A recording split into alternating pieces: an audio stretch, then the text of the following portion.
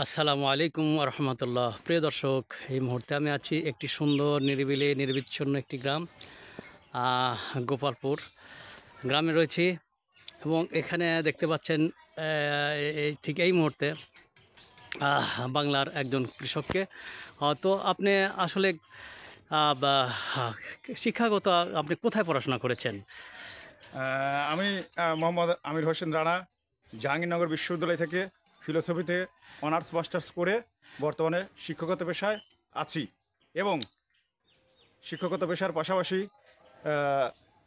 মৎস্য খামার ও ভুট্টা চাষে নিয়োজিত আছি। আচ্ছা, বুঝতে পেরেছি আমি যে আপনি সুন্দর বাংলাদেশ সর্বোচ্চ ডিগ্রি নিয়েছেন, তারপরেও যেহেতু বাংলাদেশ গ্রাম প্রধান দেশ এবং আপনি যে আমরা দেখতে পাচ্ছি এখানে যে তিনি মৎস্য চাষ করছেন এবং ওর পাশে ভুট্টা চাষ রয়েছে। প্রিয় দর্শকবৃন্দ, উনি কিন্তু পেশায় একজন শিক্ষক, প্রাইমারি সরকারি প্রাথমিক বিদ্যালয়ের। তো এই শিক্ষকতার পাশাপাশি আপনি এই কৃষিকাজে উদ্বুদ্ধ কেমন করে হলেন? আসলে ছোটবেলা থেকেই আমার বাপও প্রাথমিক বিদ্যালয়ের প্রধান শিক্ষক ছিল। ওনার অনুপ্রেরণায় যে তুমি শিক্ষকতা পেশায় আসো আর শিক্ষকতার পাশাপাশি গ্রামকে উন্নয়ন করো কৃষিকাজের মাধ্যমে, তোমার মাধ্যমে আরও কৃষক জানবে কীভাবে কৃষিকাজ করতে হয়। এই কারণে আমি শিক্ষকতার এই যে আপনি শিক্ষকতা করছেন, মানুষ গড়ার কারিগর আমরা জানি, তার পাশাপাশি এই যে কৃষিকাজ করতে আপনার কেমন লাগে? কৃষিকাজ করতে আসলে আমি ছোটোবেলা থেকে কৃষিকাজ করতে আমি খুবই আগ্রহী এবং ভালো লাগে। প্রত্যেকটা আমি যখন একটা মাঠে ফসল ফলাতে যাই, একটা মাছ চাষ করতে যাই, তখন মাছের ফলন অনেক বৃদ্ধি পায় আর এই ফলন বৃদ্ধি দেখে অন্যান্য কৃষকরা খুব উদ্বুদ্ধ হয়। আপনি মনে করছেন যে আপনি যে শিক্ষকতার পাশে বাংলাদেশ সর্বোচ্চ ডিগ্রি অর্জন করেছেন এবং শিক্ষকতাও করছেন, তার পাশাপাশি যে একটি বাংলাদেশের কৃষি প্রধান দেশ, সেই দেশে যে আপনি কৃষি চাষ করছেন, এতে গিয়ে অন্যরা উদ্বুদ্ধ হবে?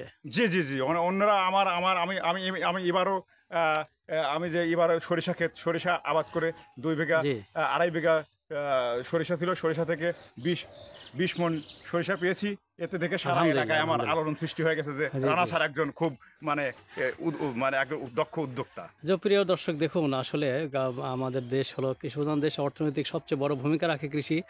সেই কৃষিতে যারা গ্রামে থাকেন তারা এই যে একজন দেখুন শিক্ষকতার পাশাপাশি লেখাপড়ার পাশাপাশিও এবং দেশের সর্বোচ্চ ইউনিভার্সিটির জাহাঙ্গীরনগর ইউনিভার্সিটির সর্বোচ্চ ডিগ্রিধারী হয়েও তিনি যে কৃষিকে, যদিও তার পেশা হলো শিক্ষকতা, তার পাশাপাশি যেহেতু তিনি জমি জমা রয়েছেন, তার বাবা থেকে প্রাপ্ত, যাই হোক তিনি উত্তরাধিকার সূত্রে পেয়েছেন, কিন্তু সেইগুলো হেলা ফেলে তিনি রেখে দেননি, যাতে করে এই দেশের অভাব অনটন দূর হয়, পাশাপাশি অর্থনৈতিক দিক উন্নত হয়। এর জন্য তো এই আপনার কাজটা, আপনার যে অবসর টাইম যখন শিক্ষকতা, সেটা যখনই আমার অবসর হয় তখনই আমি এই কাজে বেশি শ্রম দেই। তাছাড়া আমার যে আরও লোক রাখা আছে, ওরা এই কাজগুলো করে। জি, প্রিয় দর্শক, দেখলেন না যে তিনি এই মুহূর্তে কৃষকের বেশে রয়েছেন। আলহামদুলিল্লাহ, কৃষিকাজ করেন, এটা গর্বের বিষয়ে বটে। তো আমি আমাদের দেশের যারা বেকার যুবক রয়েছে, যারা সর্বোচ্চ ডিগ্রি নিয়েছেন এই মুহূর্তে যুবক রয়েছে বাংলাদেশের, বর্তমান বাংলাদেশের উন্নয়নে তারা কী ভূমিকা রাখতে হবে, অথবা তারা কি এই কৃষি যে মৎস্য চাষ বা এ ধরনের চাষকে তারা বেছে নিতে পারে? জি জি আমি মনে করি যে বাংলাদেশের সর্বোচ্চ বিশ্ববিদ্যালয় যেরকম ঢাকা ইউনিভার্সিটি, জাহাঙ্গীরনগর বিশ্ববিদ্যালয়, চট্টগ্রাম বিশ্ববিদ্যালয়, এই সর্বোচ্চ বিশ্ববিদ্যালয় থেকে লেখাপড়া করে তারা যদি উদ্যোগে একদম উদ্যোক্তা হয়ে বাংলাদেশের বেকার সমস্যার সমাধান করতে পারবে। জি, আপনাকে অসংখ্য ধন্যবাদ, অসংখ্য ধন্যবাদ। প্রিয় দর্শক, দেখলেন আমরা একজন উদ্যোক্তার গল্প শুনলাম, সাক্ষাৎ নিলাম এবং তিনি তার শিক্ষকতার পাশাপাশি তার কৃষিকে তিনি ভালোবেসেছেন, বাংলাদেশকে ভালোবেসেছেন। আসলে বাংলাদেশ কৃষি প্রধান, আসুন আমরা কৃষিকে ভালোবাসি, বাংলাদেশকে ভালোবাসি, বাংলাদেশের উন্নয়নে অর্থনৈতিক ভূমিকা পালন করি। প্রিয় দর্শক, এই মুহূর্তে আমি গোপালপুর এই কৃষি খামার থেকে আমি বিদায় নিচ্ছি। আপনারা ভালো থাকবেন, সুস্থ থাকবেন। আসসালামু আলাইকুম ওয়া রাহমাতুল্লাহি ওয়া বারাকাতুহু।